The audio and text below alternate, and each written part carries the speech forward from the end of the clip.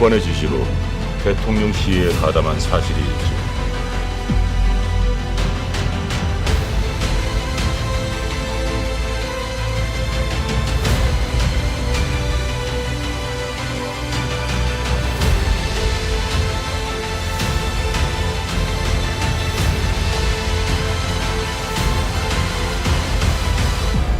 살 사람은 살려내야 되지 않습니까?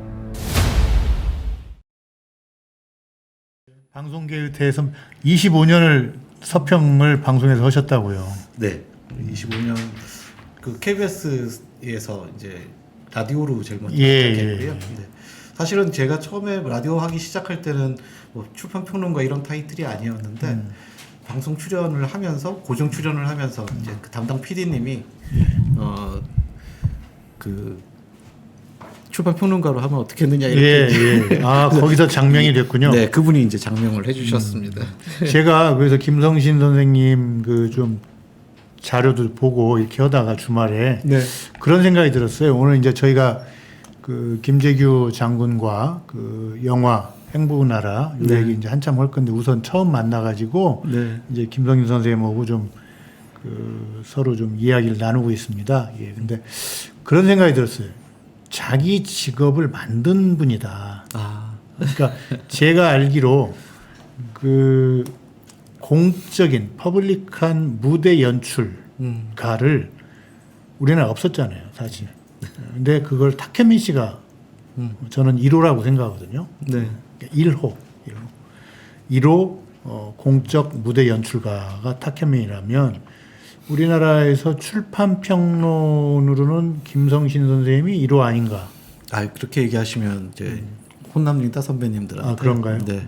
그러니까 제가 시작할 때 대표적으로 출판 평론가로 활동하시던 분이 딱 두 분이 계셨습니다. 한 분이 그 지금도 열심히 활동하고 계시는 한기호 마케팅 연구소 소장님이 계셨고, 그 다음에 그 돌아가셨는데 김영수 서울 뭐 출판 마케팅이라는 그 이제 회사를 하시고 계셨던 분들이 있는데, 근데 저는 이제 좀 세대 구분을 하고 싶었습니다.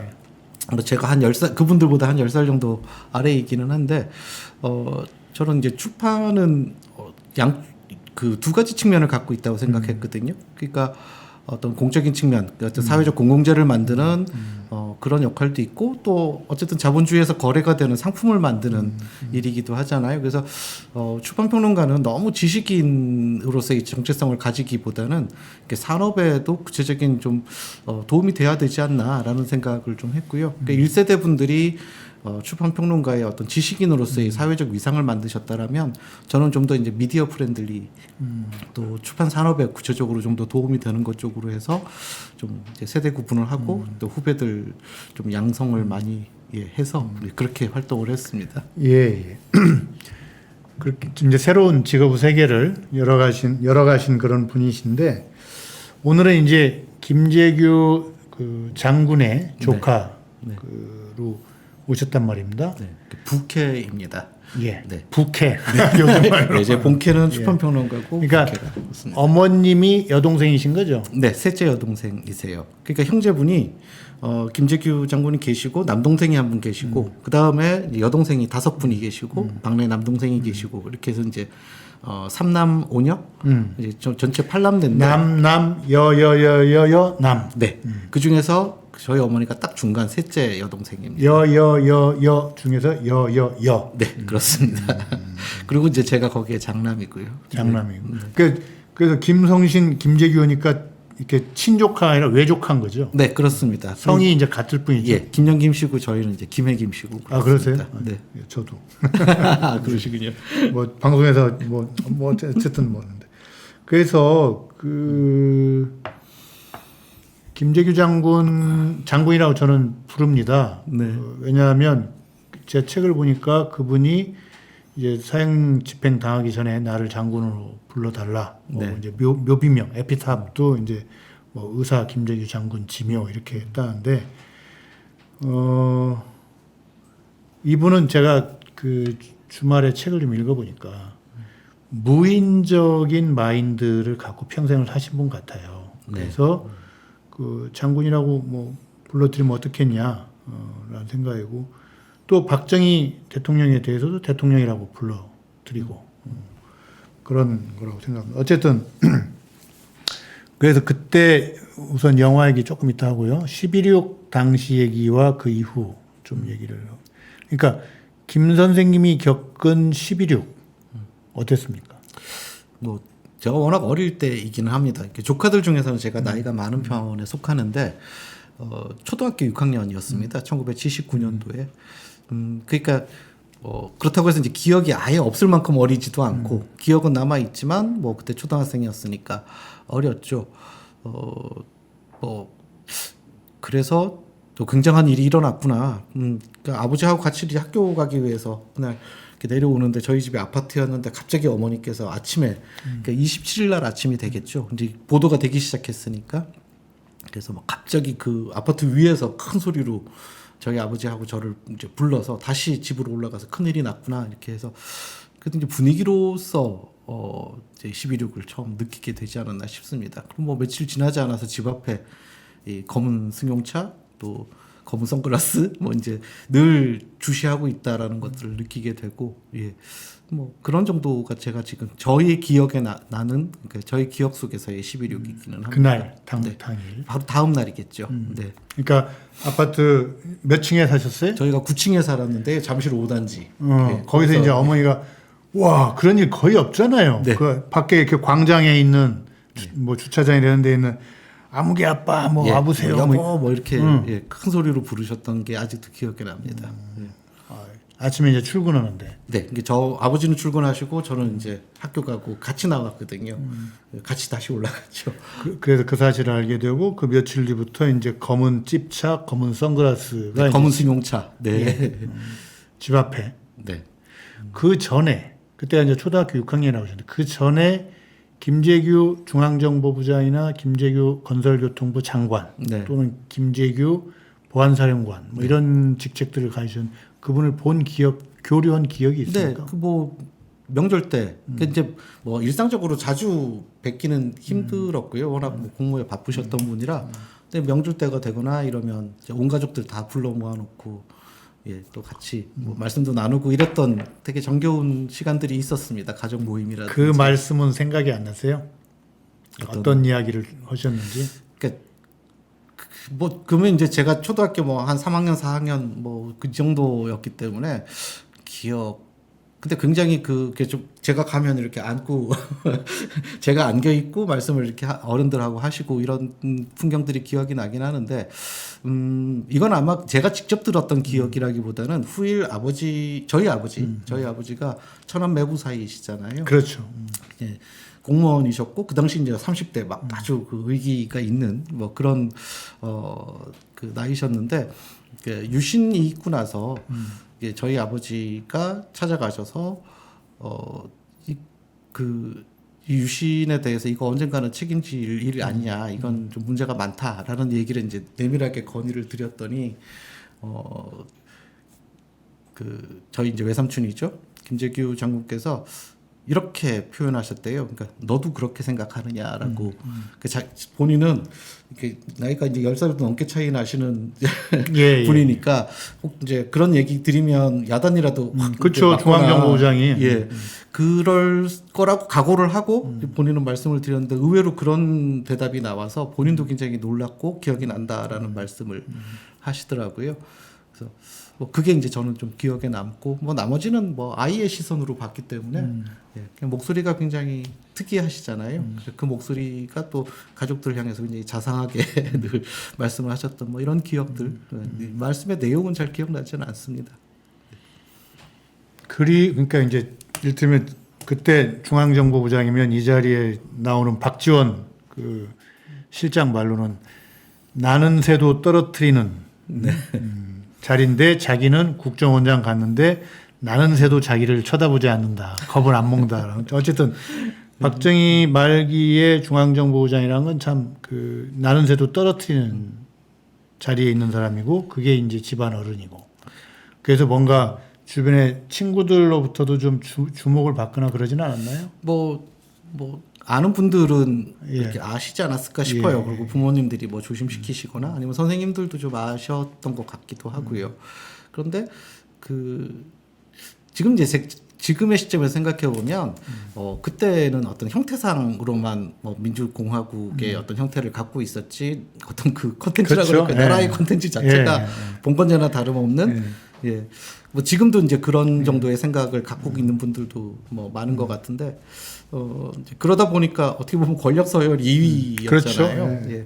그래서 오히려 뭐 저가 그렇게 막 몸에 느껴질 정도로 그렇게 주위에서 표를 내거나 그렇지는 않았던 것 같습니다. 한 가지 놀라운 건 11.6 이후에 그분들의 태도였거든요. 하나도 변화가 없었습니다. 예, 그러니까 우리가 흔히 생각해 보면 뭐 11.6 이후에 굉장히 핍박받았을 것 같은데 그 주위에 뭐 저희 아버지가 뭐 조사를 받으시거나 뭐 이런 또 뭐 공무원이셨으니까 80년대 해직당하시고 이런 과정에 있었겠지만 가족들이 체감하기에는 뭐 학교 선생님이 되든 같은 동급생들이 되든 다 알고 있었음에도 불구하고 전혀 다르게 대하지 않았다. 그거는 두 가지로 해석이 되는데 첫째로 우리 김성신 선생님의 아버님이나 어머님이 인덕을 잃지 않으셨고 두 번째로는 김재규 장군의 그 행동이 그 일반적인 국민들의 정서에 반하지 않았다. 그랬기 때문에 그런 게 아닌가. 그러니까 지금 보면 뭐 11.6 발생하고 그 박정희 대통령 서거 이렇게 이제 기사가 나갔을 때 광화문에 막 뭐 울부짖는 사람들의 그 광경이라든지 이런 것들이 자료가 많이 남아 있잖아요. 그래서 그 당시의 정서가 그런 풍경들이 과대대표되고 있는 건 아닌가. 물론 뭐 나라가 뭐 나라님이 돌아가셨어 뭐 이렇게 해서 슬퍼하시는 분들 또 두려워하셨던 분들도 굉장히 많았겠지만 제가 체감하기로는 그 우리 일상 속에서 제가 경험했을 때는 뭐 특별히 뭐 위해를 가한다거나 무슨 뭐 이런 일들이 전혀 없었고 똑같이 대했기 때문에 그 일이 11.6이 뭔가 민주주의에 대해서 희망을 가지게 되는 좀 더 포지티브한 이런 쪽으로 판단하고 있었던 당시의 어떤 지식인들이나 뭐 중산층이나 이런 분들이 많이 있지 않았을까라는 생각을 저는 하게 됩니다. 그 히틀러나 스탈린이나 또는 루즈벨트나 이런 사람들도 이제 현직에서 그 죽었을 때 대부분의 사람이 그러죠. 그러니까 일부는 그 사람과 함께한 사람들은 비통해하고 뭐 이러지만 상당수는 그 사람의 그 업적 내지는 언행에 따라서 잘 죽었다. 이제 좀 좋아지겠다. 이런 사람도 있을 수 있고 또 가장 큰 정서는 이제부터 어떻게 되지? 나는 뭘 해야 되지? 이거거든요. 누군가가 주변에서 갑작스럽게 사망했을 때 갖는 감정이 세 가지잖아요. 그러니까 지금 김 선생님 말씀은 그 당시 뉴스에 나와서 이렇게 길거리에서 울고불고 하던 사람들 물론 있지만 민심의 전체 총량으로 볼 때는 좀 과다대표된 것 같다. 네, 그런 장면 자체가 좀 그 시대를 우리가 지금 바라보는 데 있어서는 뭔가 저거밖에 없었을까? 한 번쯤은 좀 의문을 가져보실 필요가 있지 않나 싶어요. 만일 그때 좀 더 민주적인 정권이 바로 떴으면, 그러니까 전두환 노태우 시절을 겪지 않았으면 박정희 시대에 대한 평가가 좀 더 엄정하게 이루어졌겠죠. 근데 좀 미루어졌죠. 그런 측면이 있죠.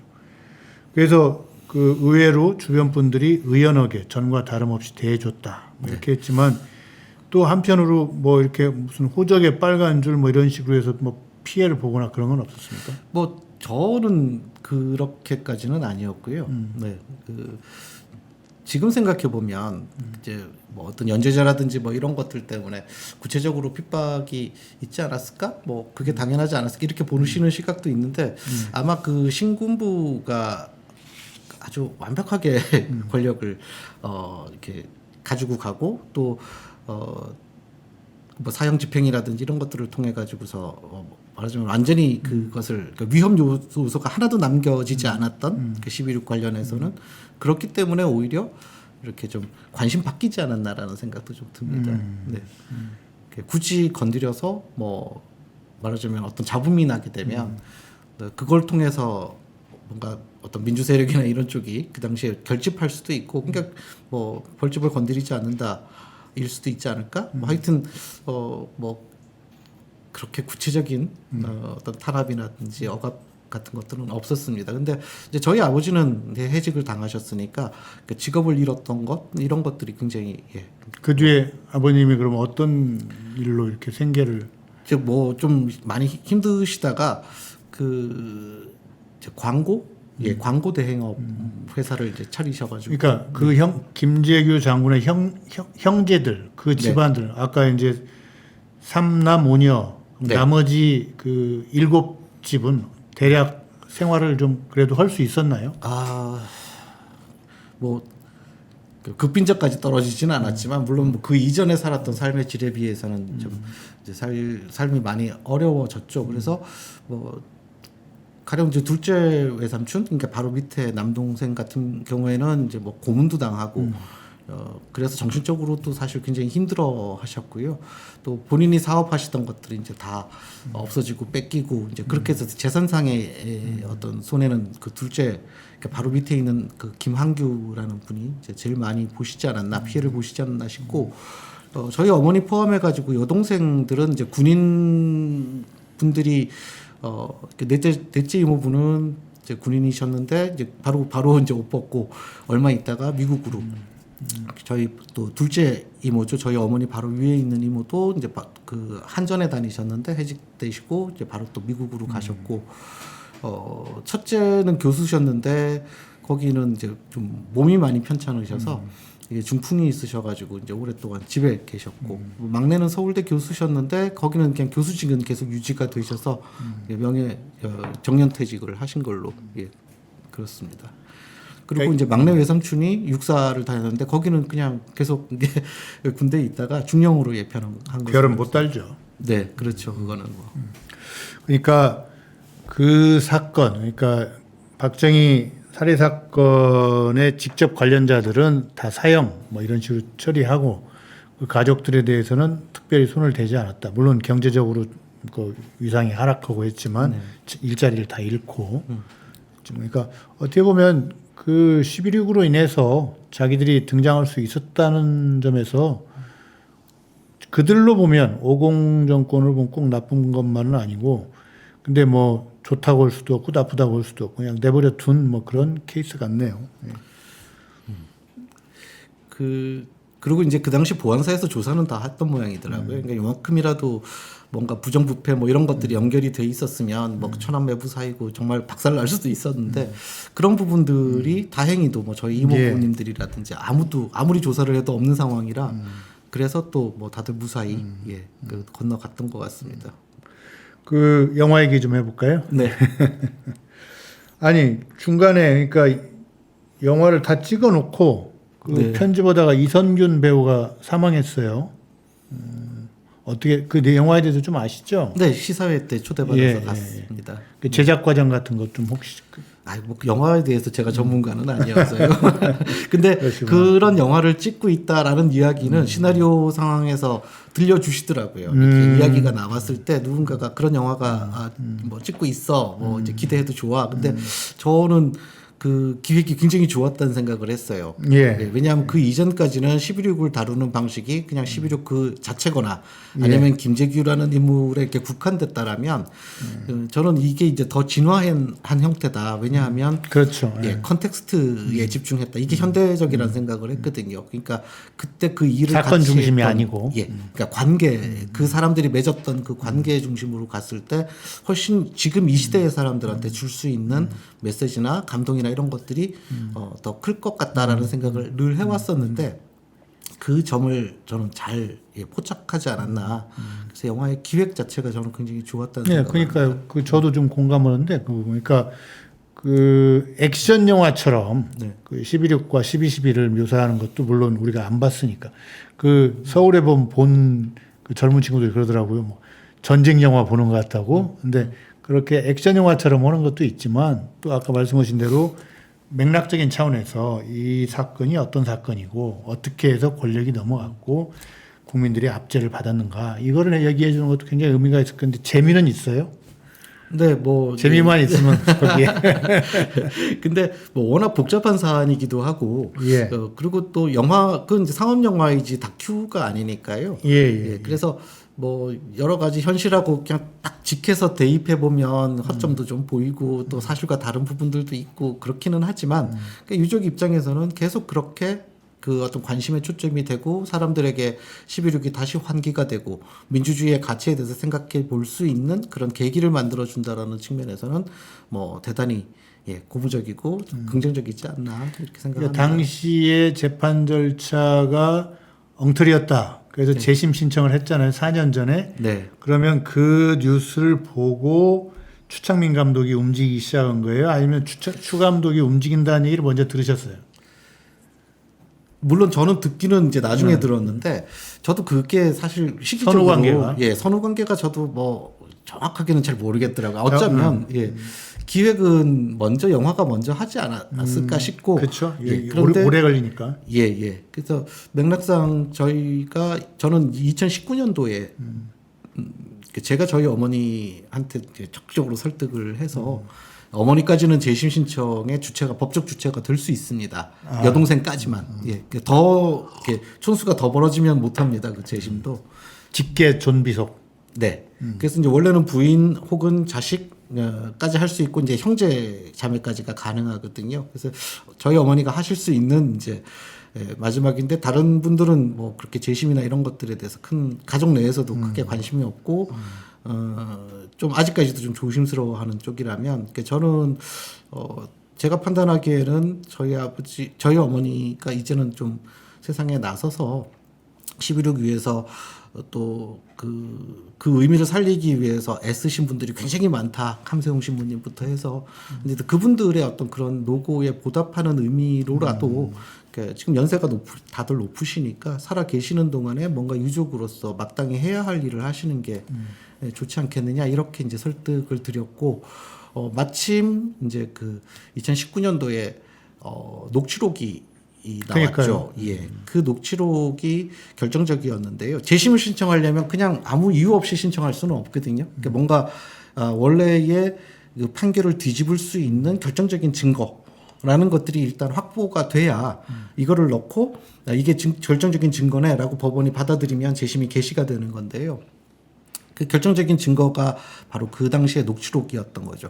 그거를 그 당시에 JTBC에 있던 봉지욱 기자, 지금 저도 봤습니다. 뉴스타파로 옮겼는데 그 봉지욱 기자가 먼저 입수를 했고요. 이걸 들어보니까 그 당시 재판이 말로만 듣던 그 쪽지 재판 뭐 엉망진창이었던 게 그 녹취록 안에 그냥 들어가 있었던 거죠. 그래서 그러면 이게 이제 새로운 증거인데. 가능하지 않을까라는 구상을 했고 재심이 가능하지 않을까 구상을 했고 이거를 이제 민변의 변호사님들한테 먼저 의논을 했어요. 그래서 뭐 조용선, 이영기 또 이상희 변호사 이런 분들이 이제 뜻을 모아서 민변의 변호사 분들인데 이거를 법률 검토를 해보니까 이거 충분히 재심 신청을 할 만한 결정적인 증거로 보인다. 그런데 이제 그건 법적 주체가 필요하잖아요. 변호사들이 그냥 바로 재판을 걸 수는 없으니까. 그래서 이렇게 유족들을 서칭을 하다가 저희 어머니를 제가 이제 좀 언론에 노출을 좀 하시라고 권유를 했던 것이 이번이 아니고 남산의 부장들이 개봉됐을 때. 그 저희 영화잖아요. 그 저희 책이 이제 여기 남산의 부장 맞습니다. 잠깐만 여기 이제 재심이라는 거 그 시청자 여러분들 중에 잘 아시는 분도 있을 거고 또 잘 모르시는 것도 있을 건데 1심, 2심, 3심까지 간 것, 그래서 대법원 최종심 결과가 나온 이후에 다시 한번 법적인 그 가부를 청구하는 거잖아요. 그 얘기를 정말 역사의 법정, 현실의 법정에 이제 가기 전에 영화에 대해서 잠깐 한마디만 더 드리면, 이자연 평론가는 러브라인 없이도 배우 조정석의 알파에서 오메가까지를 끄집어낸 영화다. 뭐 이런 표현도 썼고 또 그 오진우 평론가는 서울의 봄의 프리퀄이다. 확장하는 50 유니버스. 뭐 이런 표현을 썼어요. 더군다나 이제 중간에 이선균 배우가 뭐 아시다시피 뭐 마약을 했다 안 했다 뭐 그 시비가 있다가 그 사회적 압력 속에서 이제 극단적 선택을 하면서 이게 이제 영화에 도움이 된 건지 마이너스가 된 건지는 모르겠지만 어쨌든 이제 유작이 된 거죠. 네. 자, 재심 얘기로 돌아가 보겠습니다. 그래서 그 봉지욱 기자가 그 발굴해낸 네. 테이프 2019년 거기에 이제 어떤 내용들이 있었습니까? 그 이제 가령 변호사들이 정상적으로 변론을 이제 하는 것을 갑자기 재판관이 큰 소리로 막고 그런 얘기 하지 마라 뭐 이렇게 막아 세우는 장면이라든지 뭐 이런 것들이 이제 담겨져 있어서요. 그러니까 전체적으로 다 그 재판의 과정이 다 녹음이 돼 있거든요. 이게 이제 이 테이프가 이런 테이프 자체가 나온 것도 흥미롭죠. 원래 그 재판 과정 같은 경우는 그런 뭐 녹화나 녹음이나 이런 것들 못 하게 돼 있잖아요. 예. 속기록으로만 그 있어야 되는데 이 테이프 존재 자체도 재밌는 거죠. 이건 이제 그 법정에서 누가 법적으로 어떻게 만든 게 갖고 아니고 있었어요? 그 당시 보안사에서 그 전 과정을 다 듣고 있지 않았습니까? 예, 그러니까 이제 그걸 전부 녹음 테이프로 만들었던 거죠. 보안사에서. 예, 그러니까 불법인 거죠. 재판을 녹음을 하고 있었으니까요. 그렇죠. 원래 최근에야 뭐 기자들이 네. 일부 풀단 기자가 녹음을 하고 해도 되지만 아주 특별한 경우에 법원이 허락을 하면 중계가 될 수도 얼마 있지만 전까지는 그게 네. 전혀 안 됐죠. 그렇죠. 속기록으로만 남아 있어야지. 근데 보안사가 불법 무도하게 그 녹음을 한 거네요. 그 당시 재판에 계속 개입하기 위해서 계속 그걸 이제 듣고 있었고 이제 그거를 체크하기 위해서 녹음 테이프를 만들어 놨던 거죠. 영화 서울의 봄에서 그 저 보안사 군인들이 감청하듯이 네, 그런 식으로. 그렇습니다. 예, 재판 자체를 감청한 거죠. 그래서 이제 그거를 그게 이제 만들어져 있었던 것이 재밌는 것이 그래서 보안사에서는 이제 이런 증거가 남아 있으면 안 되니까 사건 다 끝나고 난 다음에 폐기 처분했어야 되잖아요. 그죠. 근데 사형 집행 이후에 예, 근데 이제 그때 뭐 쪽지도 들고 왔다 갔다 하고 그때 이제 그 아마 사병으로 군인으로 근무를 하고 계셨던 분인가 봐요. 그래서 그분이 이거를 가져가서 폐기 처분하라 그러는데 이게 아무래도 그냥 버리면 안 될 것 같다라는 생각이 들었던 모양입니다. 그래서 이분이 이걸 그냥 그대로 본인이 가지고 가서 본인이 개인적으로 보관을 하고 있었던 그분 거죠. 신원을 알 수 있어요. 그러니까 이제 그분한테 봉지욱 기자가 이제 그 자료를 받은 거니까요. 예, 그래서 이제 그분이 뭐 이렇게 언론사들 몇 군데다가 이렇게 제안을 했던 모양이에요. 그때 이제 봉지욱 기자가 그것을 입수를 한 거죠. 예. 지금 용산에서도 이런 일이 벌어지고 있을지 모릅니다. 어쨌든 예. 그래서요. 그래서 이제 그렇게 해서 이제 테이프가 만들어지고 그 테이프를 아까 말씀드렸듯이 봉지욱 기자가 민변 변호사님들한테 먼저 의논을 하고 재심 신청할 수 있는 근거가 되겠다, 증거가 되겠다라고 판단을 했고, 근데 이 근거를 가지고 봉지욱 기자가 수소문을 했습니다. 그래서 이걸 그 재심의 이제 법적 주체가 돼줄 수 있는 유족이 누가 있을까? 그러니까 제일 좋기로는 부인이 하면 좋은데 부인이나 이제 그 김영희 여사. 네, 아니면 그 딸 김수영 누나가 하면 좋은데 이제 이분들은 아직까지 전혀 언론에 나타나고 싶어 하지 징어다. 않으시고 예. 그래서 그런데 이제 마침 저희 어머니하고 아버지가 남산의 부장들이 개봉했을 때 중앙일보 출신이죠. 중앙일보 인터뷰를 제가 주선을 한 게 있어요. 영화가 개봉됐을 때 네. 2020년 1월입니다. 네. 1월 그렇습니다. 제가 날짜를 기억하는 게 2020년 1월 22일 날 개봉했는데 네. 1,000만 원 갈 거라고 생각하고 저희도 그래서 인세라고 그거 많이 바뀌었는데 그 일주일 뒤에 코로나가 온 거예요. 그래서 465만까지 하고 말았어요. 너무 아쉽죠. 예. 예.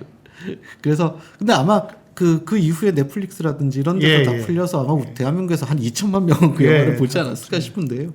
아무튼 이제 그러면서 인터뷰를 해놨었는데 그 인터뷰를 검토해 보니까 이 유족이면 충분히 이 재심 신청에 법적 주체가 되어 주실 수 있겠구나라고 봉지욱 기자가 판단을 한 거죠. 그렇게 해서 이제 중앙일보 그 담당 기자분을 통해서 제 연락처를 알아서 연락을 주셨고 언론 그러니까 기자들이 먼저 네.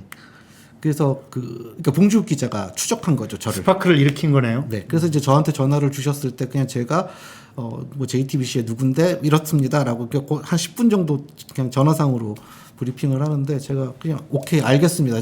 어머니 쪽은 제가 맡을 테니까 그럼 변호사님들 맡아주세요. 이제 이렇게 해서 그냥 한 15분 만에 봉지욱 기자하고 저하고 그러니까 그 변호사란 건 11.6 그 재판 당시의 변호사들. 아니요. 지금 민변의 변호사님. 지금 왜냐하면 도와주실 분들을 재심에 이제 법적 재심에 나서줄 분들. 그렇죠. 예. 유족 플러스 변호인단. 네. 그래서 이제 변호인단을 꾸려주셨어요. 그래서 바로 지난 회기까지 민변 그 회장이셨던 조용산 변호사님하고 또 이영기 변호사님, 또 이상희 변호사님 지금 이제 그 제일 많이 그 세 분이 중심이 돼서 변호인단을 이영기 꾸렸죠. 변호사가 저희하고도 관계했던 호루라기 재단 그러실 겁니다. 예. 그래서 뭐 워낙 뭐 우리나라에서 뭔가 어떤 좀 정치적인 사건이라든지 뭐 이런 부분들에서 늘 이렇게 등장하시는 그런 변호사님들이신데 이 그 재심 신청에 있어서도 정말 발벗고 나서 주셨습니다. 그렇게 해서 이제 재심이 진행이 되게 됐죠. 그 기자 한 명이 어떻게 보면 무덤 속의 일을 다시 끄집어내고 내지는 잊고 살았던 사람들 가슴에 불꽃을 일으키고 그로부터 역사가 바뀌는 일을 했네요. 그렇죠. 봉지욱 기자. 네. 근데 늘 한번 만나고 싶은데요. 본인은 기자라고 그렇게 중요한 일을 해놓고 늘 뒤로 빠져 있거든요. 그래서 이제 오히려 제가 어디든 나가면 이 모든 일에 실제 가장 처음 기획한 사람은 이제 봉지욱 기자다 이렇게 늘 말씀을 드리죠. 봉씨 가문에. 그래서 그래서 이제 그 테이프 내용이 근데 그 전에도 제 기억에는 김재규 장군의 그 재판정에서 육성 증언 카랑카랑한 목소리로 요 테이프들은 돌아다녔던 것 같은데요. 네, 이게 부분적으로는 그렇게 돌아다녔죠. 돌아다녔는데 전체가 세트로 나온 거는 이게 처음이다. 그렇습니다. 그러니까 김재규 장군의 육성 그 소리 뭐 이렇게 뭐 민주주의 회복 이거는 이제 부분적으로 누가 녹음해서 한 거고 최후 변론 뭐 이런 정도만 이렇게 나와 있었고요. 그 재판 자체가 엉망으로 진행됐었던 그 과정은 뭐 본인들한테도 유리할 게 하나도 없으니까 그 자료들을 이제 뭐 공개도 안 했고 있지도 않았을 것이고 뭐 공개도 안 했고 그렇게 돼 있다. 분량은 어느 정도 나타나요? 저도 다 들어보진 않았는데 꽤 길더라고요. 그렇겠죠? 그걸 재판을 오래 목록을 푸니까 했으니까. 뭐 정말 이만큼 나오더라고요. 그 당시에 그 녹음기라는 게 있단 말이 상당히 컸죠. 80년 상황이. 그 즈음에 저는 그 세 사람의 목소리를 기억합니다. 79년, 80년에. 첫째로 11위가 나고 며칠 있다가 전두환이 보안사령관 신분으로 기자회견을 했어요. 뭐 박정희 대통령 각하 시해 사건, 뭐 중간 수사 결과 발표처럼. 그때 대머리에 젊은 그 눈매가 사나운 군인이 나타나서 뭐 그 말하던 그걸 기억하는 사람이 많을 거고요. 그리고 이제 김재규 장군의 그 법정에서의 증언이 또 카랑카랑하게 또 기억될 거고 또 하나는 80년 5.18 민주항쟁 나고 마지막에 계엄군이 도청 진입하려고 할 때 그 밤에 전옥주라는 여자분이 무슨 조그만 트럭 같은 거 타고 다니면서 그 광주 시민 여러분 아마 이 방송 그 보시는 분 중에 그 목소리들을 기억하시는 분들이 계실 겁니다. 강미정 조국혁신당 그 대변인이 처음 나타났을 때 목소리가 언뜻 그 광주항쟁 때 그 전옥주 씨 필이 좀 나서 제가 깜짝 놀랐던 적이 있는데 만나보니까 굉장히 유쾌하고 좀 다른 분입니다. 어쨌든 그래서 이제 전체 그 육성 그 재판정의 모든 장면이 들어간 건데 그걸 들어본 결과 어떤 문제가 나타났습니까? 그 문제는 그 재판이 독립적으로 이루어지지 않았다라는 거죠. 네, 그러니까 뭐 변호인 그리고 누군가가 계속 지시를 했던 거고요. 그리고 또 변호인단들의 정상적인 변론의 과정 그 자체를 갑자기 그냥 뭐 그만 말씀해라 뭐 이런 식으로 이제 막아버리기도 하고 뭐 그런 일들이 그 안에 다 들어가 있더라고요. 그래서 우리가 지금까지 좀 짐작하고 있었던 바 왜냐하면 그 당시에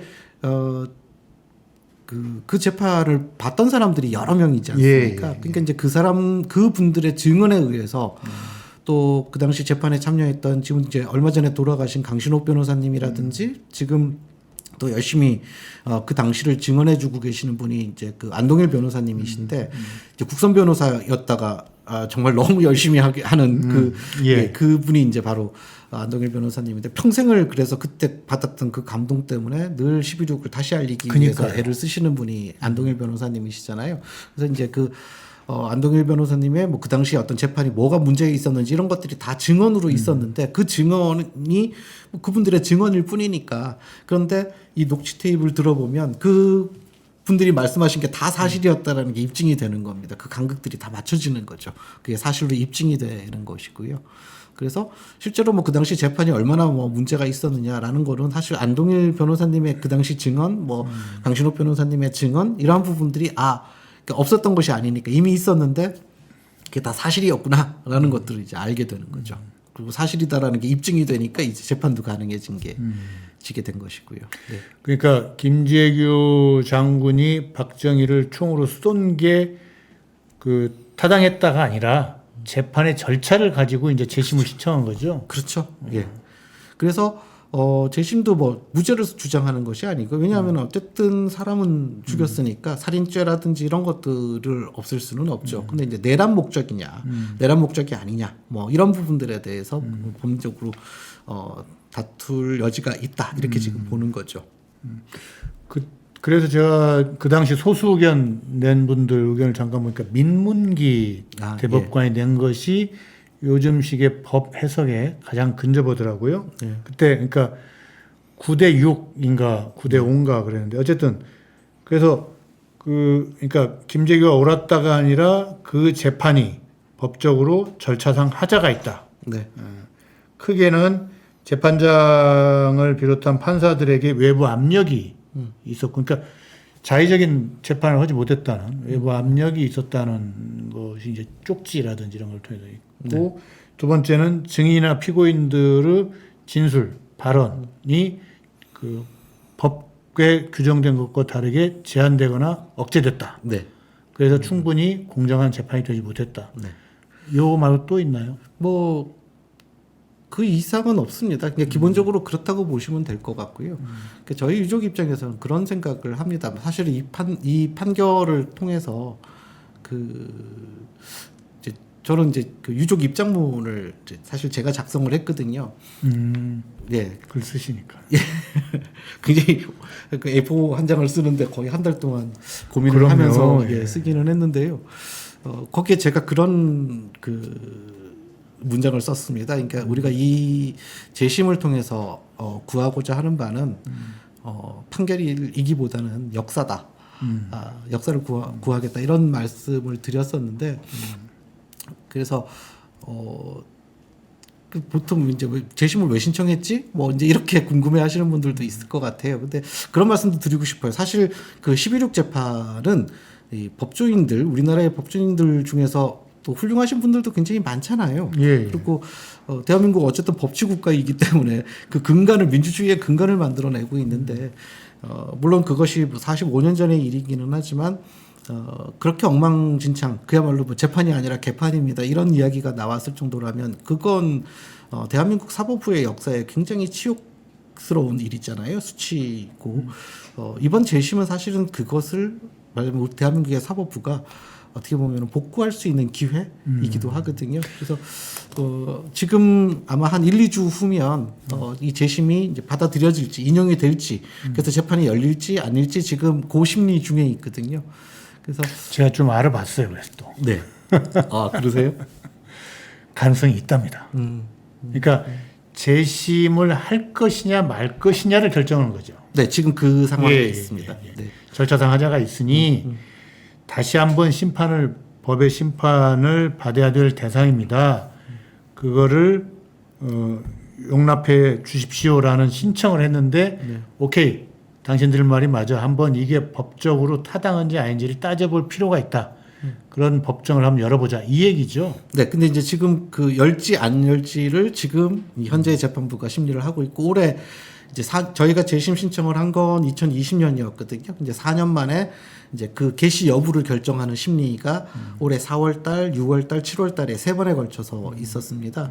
그래서 굉장히 신중하게 듣더라고요. 지금 현재 재판부가. 그리고 이제 마지막 심리, 3번째 심리가 끝나고 지금은 이제 그 결정을 기다리고 있는 중이죠. 그래서 자, 예. 다 정리하면 2019년 봉지욱 기자가 네. 그 녹음 테이프를 입수. 취재해가지고 입수해서 공개를 했고, 네. 그래서 2020년에 재심 신청을 했고, 네.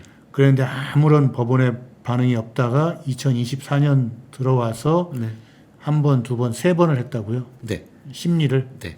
그 원래 심리도 저희는 예상에 그냥 한 번 정도 하고 바로 결정 내리지 않을까라고 사실은 예상을 했었는데 저희 변호인단도 좀 놀랐다고 그러더라고요. 재심 심리 자체를 3번씩이나 하고 그 다음에 안동일 변호사님 2번이나 나오셔서 거의 뭐 1시간씩 넘게 2시간 넘게 그 당시 상황에 대해서 아주 상세한 증언을 또 지금의 재판부가 청취하기도 하고요.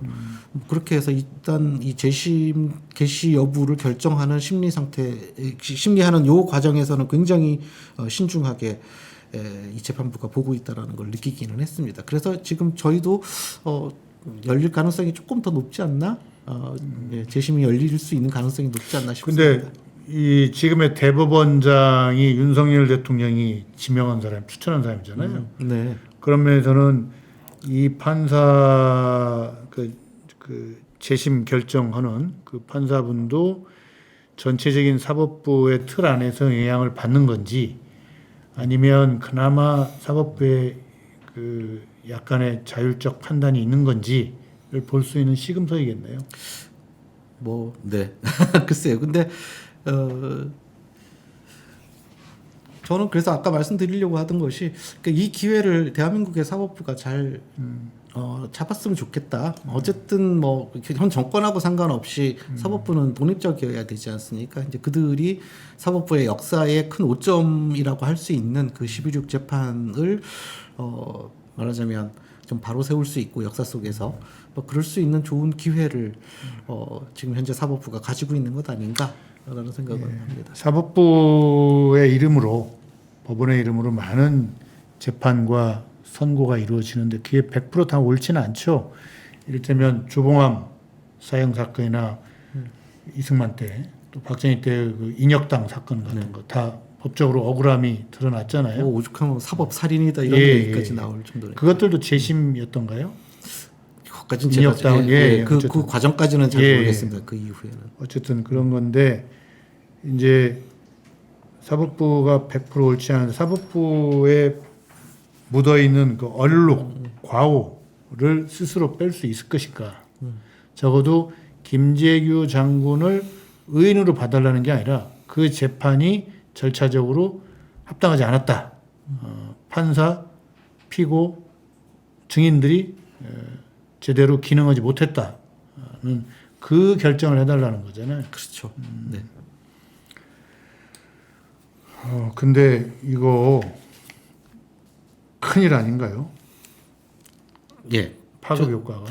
뭐 지금 당장의 파급 효과도 파급 효과지만 역사 그러니까요. 예 기록될 일들이잖아요. 네. 그래서 그렇죠. 그렇게 보면 굉장히 큰 일이겠죠. 네. 드레퓨스 사건이 마지막에 어떻게 정리됐죠? 법정에서 무죄에 가깝게 아마 그 판결이 난 걸로 그 남미 가이아나인가 가서 이렇게 유배 가서 뭐 오래 살다가 다시 또 재판이 열려서 그 나중에 이제 프랑스 법정은 이 사람을 거의 무죄에 가깝게 완전 100% 무죄는 아니고 이런 식으로 했는데 어쨌든 법정이 그러니까 법원이 어떤 상태에 있는지 알 수 있는 아주 그래서 한 가지 드리고 싶은 말씀은 이렇게 판결 그 자체의 유족 입장에서는 그렇게까지 연연하지 않는다라는 겁니다. 이게 뭐 판결에서 뭐 이게 인용이 안 되거나 뭐 아니면 인용이 됐는데 판결에서 또 뭔가 재심을 통해서 우리가 원하는 바가 이루어지지 않는다고 하더라도 사실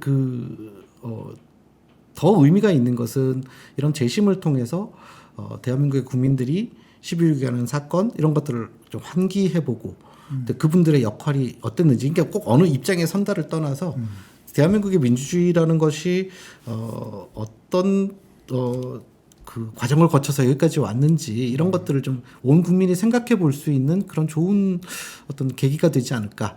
예, 이게 그냥 어떤 역사책 속에 그냥 묻혀서 들어가 있는 그냥 기록이고 아무도 생각하지 않는 기록이 되면 사실 뭐 역사 속에서 또 이미 생동감을 잃고 없어지는 것들인데 여전히 이것이 어떤 하나의 살아있는 역사고 지금 살아있는 그러니까 지금을 살아가고 있는 우리들에게도 영향을 미치고 있는 일이다라는 거에 대해서 생각해 볼 수 있는 온 국민이 한번 좀 생각해 볼 수 있는 그런 그 계기는 될 수 있지 않을까 그런 쪽에 조금 더 방점을 찍고 있습니다.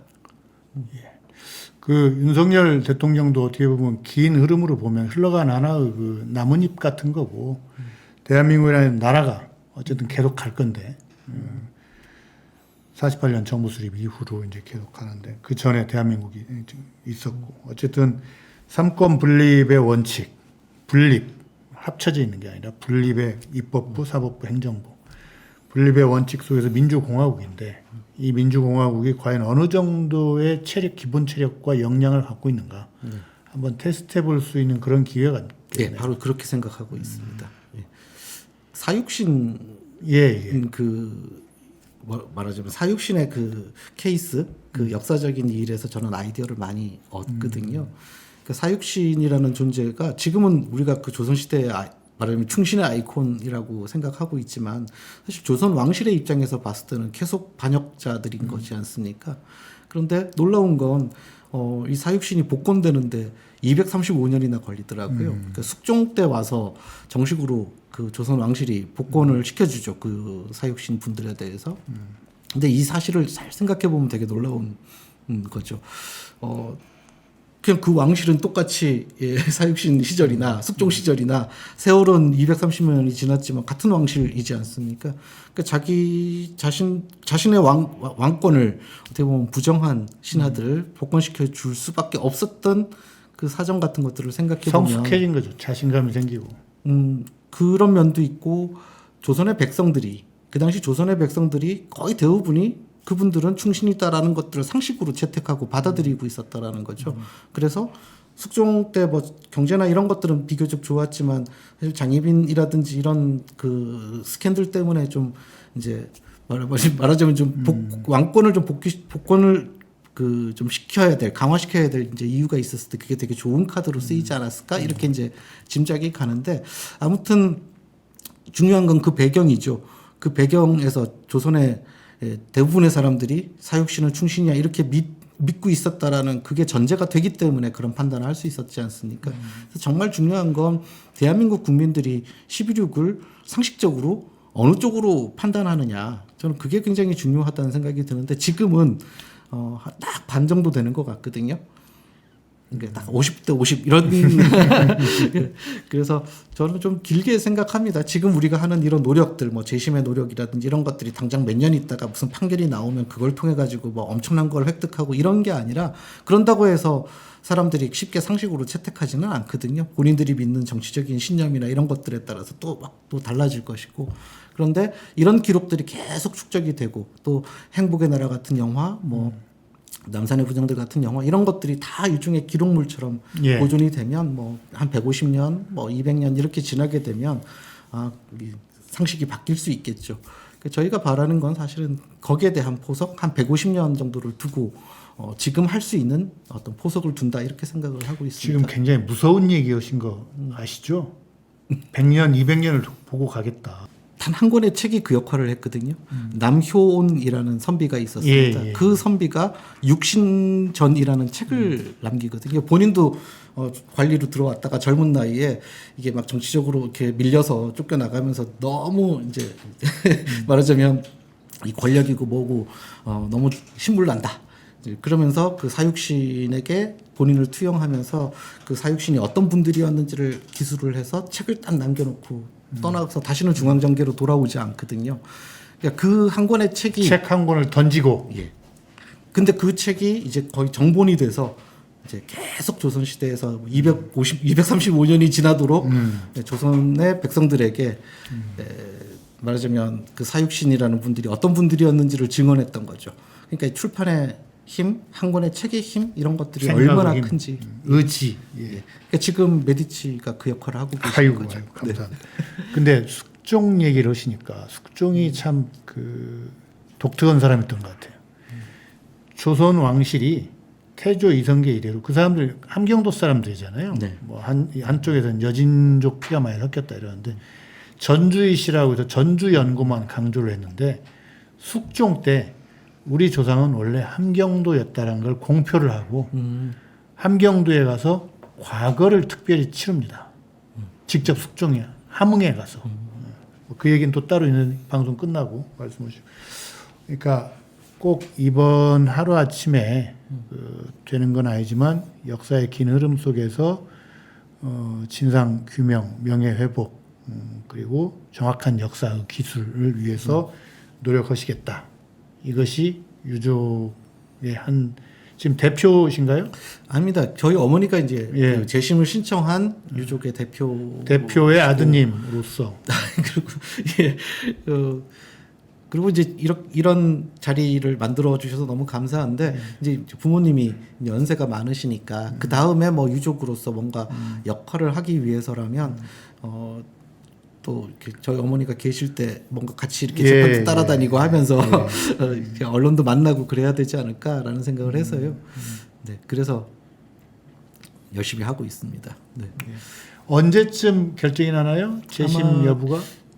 그때 뭐 9월 초 정도라고 이야기를 했는데 그러니까 아직 날짜가 지금 특정돼 있지는 않고요. 그래서 이런 경우에 이제 빨라지는 건 없고 늦어지는 일은 많은데 어쨌든 조만간이라는 얘기네요. 그렇죠. 영화 행복의 나라로도 만약 그 결정이 나면 팍 다시 한번 재폭발을 하겠네요. 행복의 나라가 굉장히 저는 시기적으로 그 재심에 좋은 영향을 미치지 않을까라는 생각을 했습니다. 이제 온 국민들이 그때 재판이 확실하게 문제가 있었겠구나, 저렇겠구나 이렇게 머릿속에 이제 그림을 그릴 수 있게 됐잖아요. 예. 그러면 이제 현재 재판부 입장에서도 이게 계속 사실 사람들의 관심을 또 많이 모으는 것도 중요하잖아요. 대한민국의 사법부가 어떤 역할을 한다, 또 뭔가 바로잡기 위해서 애를 쓴다 이런 것들도 굉장히 중요한 맥락이기 때문에 그런 면에서 보면 행복의 나라로라는 영화가 너무 고맙기는 하죠. 예.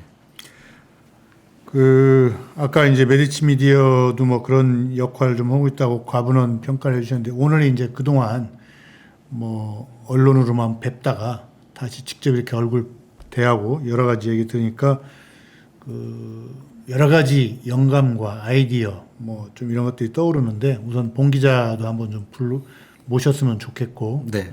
좀 많은 이야기를 좀 나눴으면 좋겠습니다. 제가 워낙 좀 친하게 지내서 제가 가자고 간곡하게 또 부탁하면 소맥 끓이면 나와 주실 것 같은데요. 네. 알겠습니다. 오늘 그 길 짧지 않은 시간인데 어떻게들 보셨나요? 예, 그 일단 그 12.6 사건에 대해서 역사의 법정, 현실의 법정이 중첩되는 새로운 무대가 하나 열릴지 조만간에 결정이 된답니다. 한번 같이 지켜보시겠습니다. 오늘 방송 이걸로 마치겠습니다. 네. 혹시 못하신 말? 아닙니다. 예, 이 자리에 불러주셔서 너무 감사하고요. 네, 많이 응원 부탁드리겠습니다. 네. 오늘 방송 이걸로 마치겠습니다. 좋아요, 구독, 알림 부탁드립니다. 확실히 파헤치겠습니다.